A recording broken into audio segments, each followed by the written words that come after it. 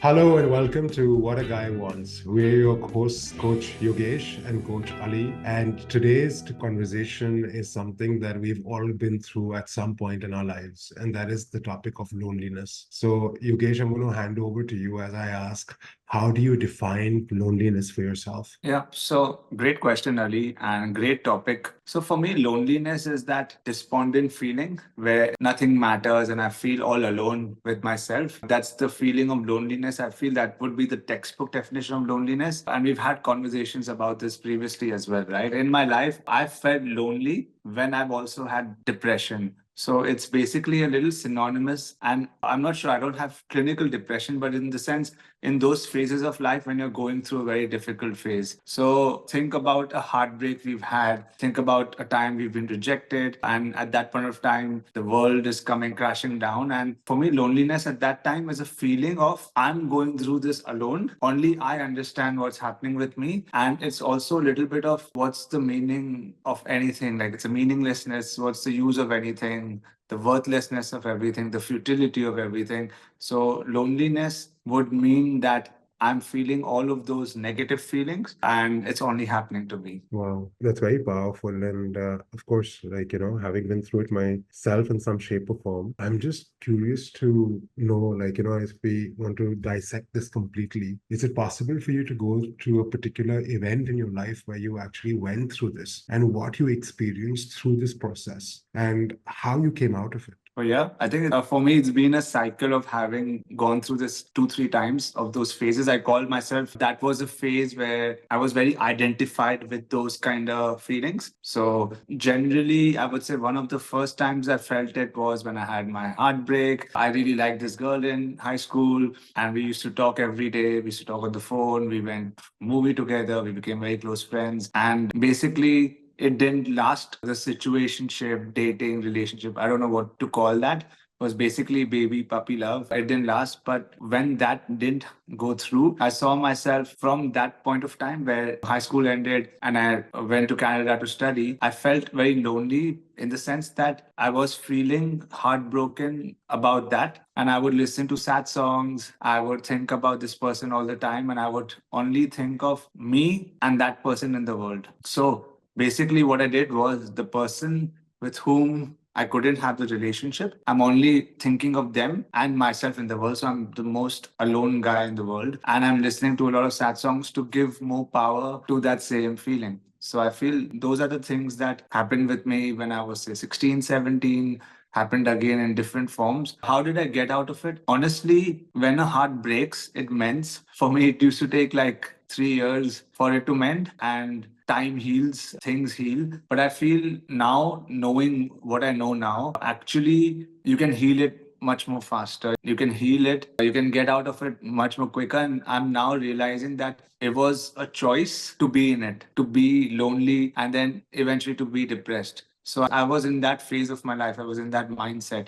And that's basically what happened. That's beautiful. And what's really powerful is that you said it's a choice. And when I think about that kind of choice, right, when we are in that phase of loneliness, right, it's a bit difficult to see it at that time because we're in that dark hole, that black hole. And if we don't have the tools to get out, right, it just feels like that's the only reality that exists around us. There's no other reality that exists, no other options exist. So it's very difficult to actually come out of it unless you don't have any tools. And generally, when we're seeing it in hindsight, it's very different. So I'm just thinking about my worst time of loneliness is leaving university, moving to London, and starting with my corporate job. And with corporate job, what happened with time, my closest friends, they either migrated away from the UK or actually moved out of London. So what happened was that I'm here now and I'm alone and I'm lonely and I don't have any friends. And again, that's not particularly true. Of course, there were other people I could associate it with, call up, hey, what's up?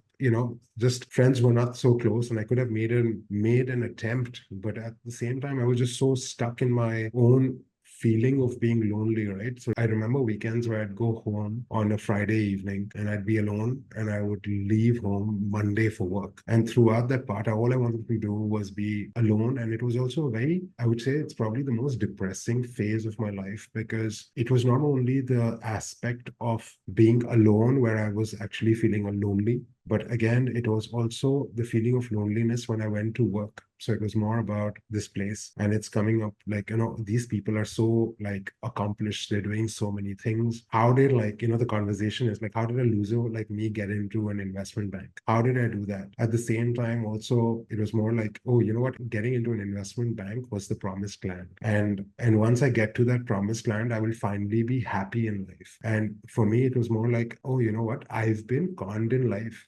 Where is the promised land? This was supposed to be it. If this is not it, then what is it? So it was about loneliness when I'm alone by myself, and also lonely when I'm surrounded with people. So I would say that was probably the worst phase, because it was like coupled with depression as well. And it was also that feeling of like almost like I'm the only one going through it. There is no way out of it. And it's just as I look back, I can see in hindsight that, of course, there's so many things that I could have done and I didn't, because at that time I could only see that dark hole and nothing else. Yeah, I hear you. And what you're saying is absolutely correct. Like in that phase, we are in that rut, we are in the cycle, we are in a vicious cycle. But having seen it now, you know what? I could have actually reached out to a couple of more people and built up a new friendship there. I could have actually spoken to my family more and be more connected there. So there were actually options, but I feel the allure of being depressed or being lonely is very addictive. So I saw in that phase, it was very addictive too. I empowered my psyche by listening to sad songs, by sharing my stories. You know what? This happened to me. This girl really liked me, and then I liked her, and then this happened, and this drama happened, and there was a villain there, and all of that. So we actually get very caught up in the story. And for me, really, honestly, the loneliness in my life, I can say personally, I'm not sure if this is a rule we can give for everyone, but personally, it came out of the trauma, a trauma of not being loved. And basically, as I've gone on my spiritual path, I've understood that loneliness is actually an ego identification syndrome where we are very, very attached to this idea of being lonely. And the function, basically, we've spoken previously, right, of what the function of the ego is. The one function of the ego is survival, which is actually a good thing. The baby, which is too small to take care of itself, has to form this ego to survive and to continue life, which is a beautiful thing. That's what the ego comes up with. So the purpose of the ego is great. The other part of the ego, when that ego is empowered, the ego has so much power that think of the uncle Simba had, who actually helped him survive in the jungle. But if that uncle becomes so controlling that he doesn't want Simba to become the king again, chooses who Simba is going to be dating, Simba can't date Lana anymore. And when the uncle becomes so controlling of Simba, then that uncle is not serving anymore. So with all of us, this uncle, this ego, which is actually a good uncle, after saving our lives, survival, then has too much power. And that intense power is one aspect. Like you can define it in one word, is separation. So both of us have now defined loneliness in our own lives by the textbook dictionary, that we feel alone, that only I am going through that. That is the biggest card, the trump card of the ego. That, you know what, only I'm going through it. Even when I'm in a crowd, all of them are idiots, all of them won't understand me, or all of them are so good, they are so beyond me that I can't relate to them, and I'm separate from them. So once you keep yourself separate from them, you are alone, you're feeling lonely, and then comes in the depression, and then comes in the vicious cycle. Absolutely. The way you said it is that you feel alone and you feel the vicious cycle. And again, it's so much to do with that victim mindset, right? It's about when we're going out and speaking to people, oh, this happened to me, that happened to me. Or we're not looking for empathy at that time, we're looking for sympathy. What we want people to feel, because we feel sorry for ourselves, we want somebody else out there to feel sorry for us. And if somebody out there is not buying into our story, that person in our life becomes that villain that, this person doesn't understand. And it's more like, I'm just trying to use the best words possible, but it's like self-centered, so on and so on, and they have that story because nobody's buying into your story. So you want that victim mindset wants people to buy into your story. Oh, poor him. And this is there's this book And I love that in that it's about like this horse, the hare and the tortoise, and they use the word plum. And plum stands for poor little old me. So it's just whenever I read it, and if I ever have that victim mindset and I can catch that, I'm like, oh, I'm in plum mode right now. Poor Yeah. little old me now. It's the victim mindset. And that victim mindset, what it does is that it consumes and consumes and doesn't realize that when it's consuming so much in return, there's always an exchange, right? It's giving power away and it's making us feel weaker and weaker. And almost like there's also, right, there's almost like that it starts with like a thought, I am lonely. But then comes an emotion that, you know what, I'm lonely, I feel depressed, no one will understand. And because no one will understand, there comes an action. There's no point reaching out to anyone for help. And then there's a confirmation, which is the result of that action that, oh, you know what, see, I'm lonely. I told you so, I'm going to be lonely. And that triggers into a thought. And it becomes like that loop that just goes, circulates again and again and again, unless that chain is actually broken. Yeah, I love that. Absolutely. Firstly, there's a term for it called self-fulfilling prophecy. So I fulfilled all my prophecies in my 20s because I saw it from that lens of the victim mindset. And the thing coming up for me right now, like it's so strong and intense, is the hero's journey. So that's basically been my journey. That's your journey. That's the journey I like my clients to go through. And in any of the stories, if you see in the hero's journey, the hero will go through the heartbreak. The hero, Batman, will lose his dad. Deadpool, it's a crazy, crazy hero, but he will get cancer. Something will happen or he loses girl. So things will happen where in the hero's journey, he will become a victim. And you see that in that time, he's actually despondent, he's actually lonely, he's actually sad. So there is the idea of this conversation is not to shame anyone for this phase because you will go through the phase. That is the hero's journey. Problem is, the challenge is when you make that your identity, then you're not being the hero of your own movie. You're not being the hero of your life. Once I kind of went in that victim mindset again and again, and somewhere I knew I wanted to become the hero. I wanted to become the person who actually takes action, accomplishes what he has to. But this was like that huge anchor, huge weight, which wasn't helping me move forward. So in that hero's journey, we need to learn how to go through this phase and get out of it because this phase will come again. It'll come again. The universe will test us with some challenges. And yeah, so I feel once you get out of it, therein starts that journey for you to become that person who you are proud of, you're happy with. And it's not so much for the outside validation, it's more for my experience of life and what I could do with my potential and how can I make it a life worth living and a spectacular and a great life. So that's basically what's coming up. That's beautiful. And based on what you just said, what came up for me is more like, there's a difference in I am the victim versus in this moment I'm feeling like the victim. So, Yes. so one is I am, it's like my entire identity versus I'm feeling like, okay, there's an emotion that I'm feeling where I'm feeling like the victim. And to distinguish between these two is quite powerful and it's quite empowering at the same time. And also, what I'd like to go to back to is that it's almost like loneliness, right? The way I see it for myself is more like there's something missing on the inside and I need something outside to fill that hole. And the thing is that sympathy, what it does is that it's like for that transient moment, it makes me feel really good and whole.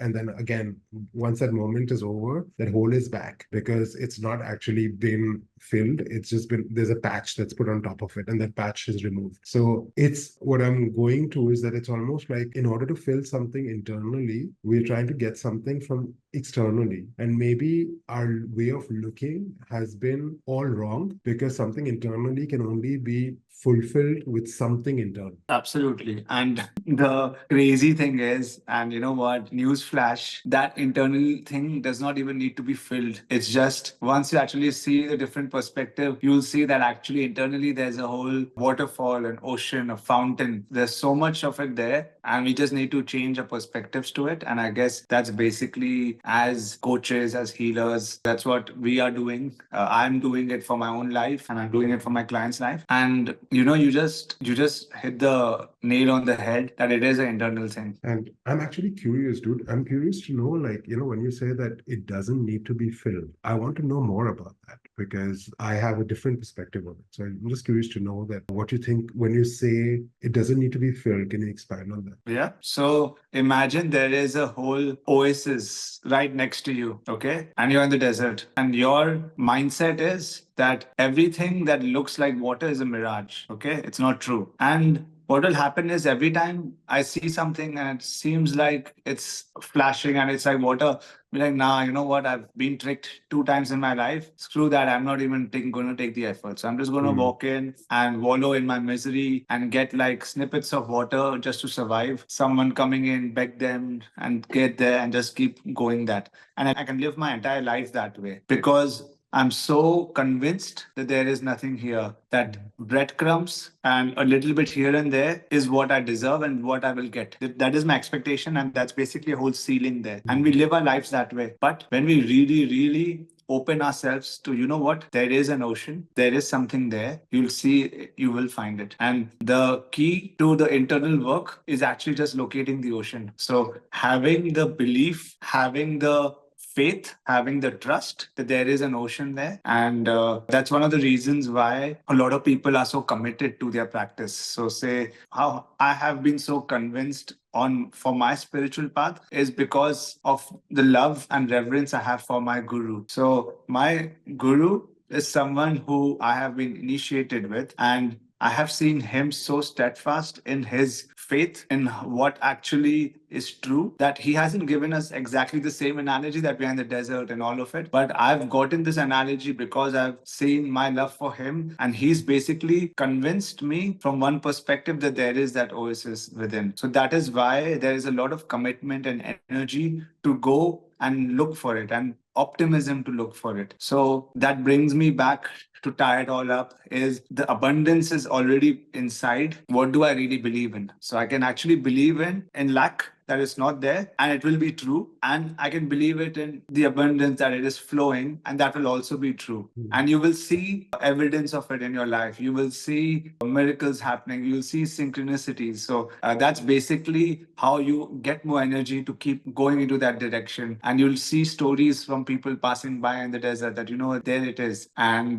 you will have your gut telling you things. So that's basically the logic. I hope that answers your question. It does. It does. It's just a different perspective, and it's a very interesting way of looking at it. And the way I see that whole, right? The way I see that whole is that whole is basically comprised of like childhood traumas, experiences, negative experiences in life, and all that is comprised of that whole. But generally, most of us have one or two traumas that are the presiding traumas, which always are, that's pretty much dictated our life or way of being. And so what I'm saying, the way I see it is that when we are in those traumas, right, it's very difficult to see the universe that exists within us. It's fully there, and there's no doubt about it. Like for me, at least, I don't have a single doubt that there's an entire universe within us. But the thing is that at that time, the lenses that we are wearing, I feel it's very difficult to see it because we are so much stuck into the trauma. And I feel that at least my own path, when I make peace, and it's about reframing the trauma with compassion, kindness, gratitude, all these things, right? I noticed that the hole started filling up.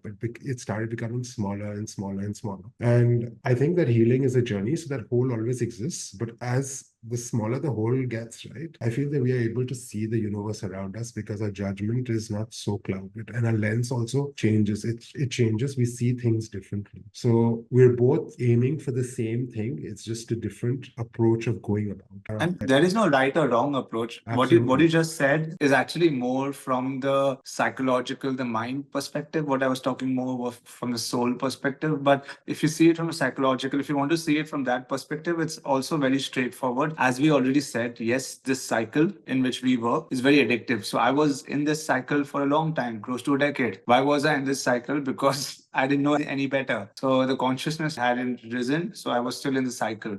So if you want to see it from that perspective, all of those things are the obstacles for you to reach the promised land or whatever you like to say. And the job from that perspective, from the mind perspective and the healing journey, is to get out of the obstacles that is there between me and the ocean or the treasure. It also reminds me of Alchemist, like it's one of my favorite books, where he actually goes, his first stop was a abandoned house where he was with all his sheep, and he was had a lot of gratitude, but he in life, and the treasure was right there, right below him at that moment, right there in this spot. But he actually then had to leave his town, sell all of his sheep, go to a different city, a whole different country, work hard, get mugged, lose all his savings, then get back up on his feet, go on a different journey to see the pyramids, do all of that to then get the answer that the treasure was actually all the while in his own backyard, right, buried under it. So all of that journey was letting go of beliefs, letting go of things that, I'm not worthy, I don't think there could be treasure inside, all of it. So from the soul perspective, he could actually just be connected with the idea of abundance and find the treasure right there. He actually didn't have to do anything. So from one perspective, you don't need to do anything because the fountain is flowing. There's abundance already there. That's the soul perspective. That's the complete abundance perspective. And the other mind perspective, the journey is about letting go of the obstacles towards it. So therein is the work. So is there actually no work? No, we are actually all in the mind era right now. We are very, very controlled by the mind. So there is work from the mind perspective, which is letting go of the obstacles, which is also means like I have to sit in meditation for a long time, and it feels very heavy. It feels very hard because I'm letting go of the things, all the emotions, all the pains, all the beliefs, all the things that are coming up. I have to watch them, I have to see them, I have to let go of them. So that is the work. But from the other perspective, Ethiopian perspective, there is actually no work. It's already there. Very interesting. So it's almost like the mind and the soul, and they're like distinct, and yet they are interconnected. And because it's really, really interesting, right? As you said, right? Mind. And this is a conversation I was having with my 10-year-old. And he said, I know where the brain is, but where is the mind? I said, the mind can be wherever you want it to be. So, sometimes I'm having conversations with clients and I'm like, okay, right now in this moment, I want you to think from your hand. I want you to think from your elbow, and I want you to think from your shoulder. So it just brought me there. And I know I'm digressing and I'm just coming back to it. Like Alchemist, right? It's such a fantastic book because I love what the meanings you took out from it. And as you said, promised land, right? It just tied that entire circle for me. It's more about that he went through that entire journey to come back to where he started from. And the lesson that I learned from that book is that the promised land that you're looking for is all within. It's already there. It's just us who are not being able to see it. The promised land is nowhere else. It's nowhere on the outside, and the promised land is all in the inside. And I'm just conscious of time, but also wanted to ask you, Yogesh, is that, we've spoken about loneliness, and I just wanted to shift it to change the gear to being alone. What do you think about the concept of being alone? Can there be good in that? Yeah. So,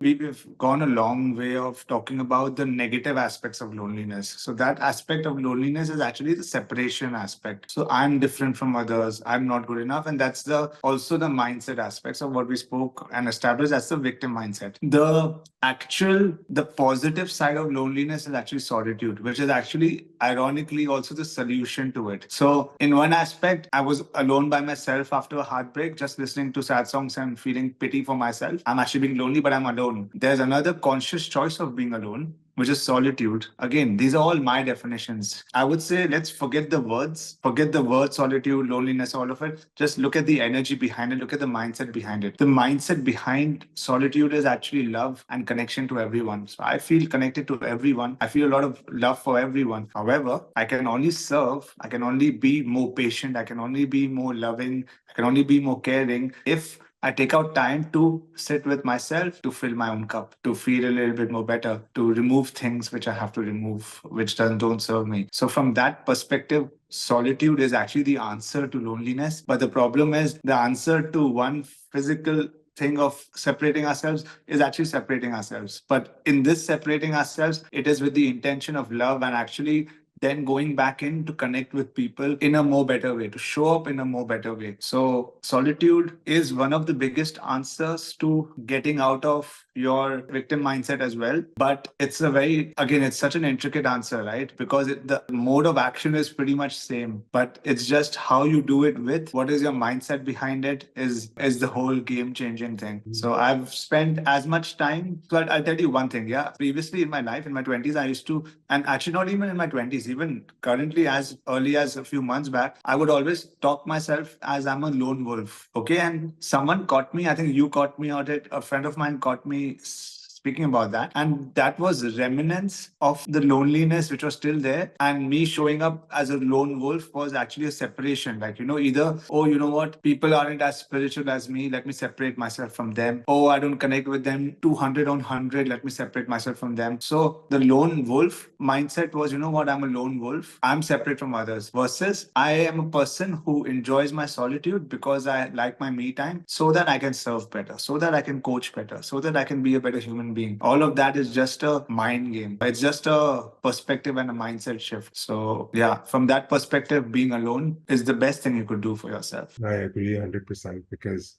solitude itself is so powerful that it's actually the journey we make to ourselves. And that is the most powerful journey because what happens is that through that solitude, so my way of solitude is like what I do is I tend to journal and then I write like sometimes I write existential questions of who am I and things like that. And it helps me connect. And what solitude also does is that it comes up to a point where we become so comfortable in our skin that we start loving our skin. And at times when, in the point of loneliness, the thoughts come that I wish I was like that. I wish I was like that. I wish I was as confident as this person. I wish I had it so sorted as that person. You come to a point where it's more like, I'm so grateful for being me. And in this moment, I would never wish to be anyone else but me. And as we work on it, it just that those moments just grow and grow and grow and grow. So yeah, that's what's coming up for me. And I'm just conscious of time as we end, Yogesh. I wanted to ask you, if somebody is feeling lonely right now and the type of loneliness where they're like depressed and they're stuck, what would you tell them? How would you help them? That's a great question. So, when you were talking about your perspective of solitude versus loneliness, I had a whole image in my mind, like, going out for a walk. I've seen that when I'm in that phase where I'm feeling full, then even though I'm solo walking, there's no one who's there. I'm just walking around with a lot of love and benevolence, seeing everyone as part of who I am. Oh, look at that construction worker, look at that cat crossing, look at the crowd and so forth. So very positive, good feeling.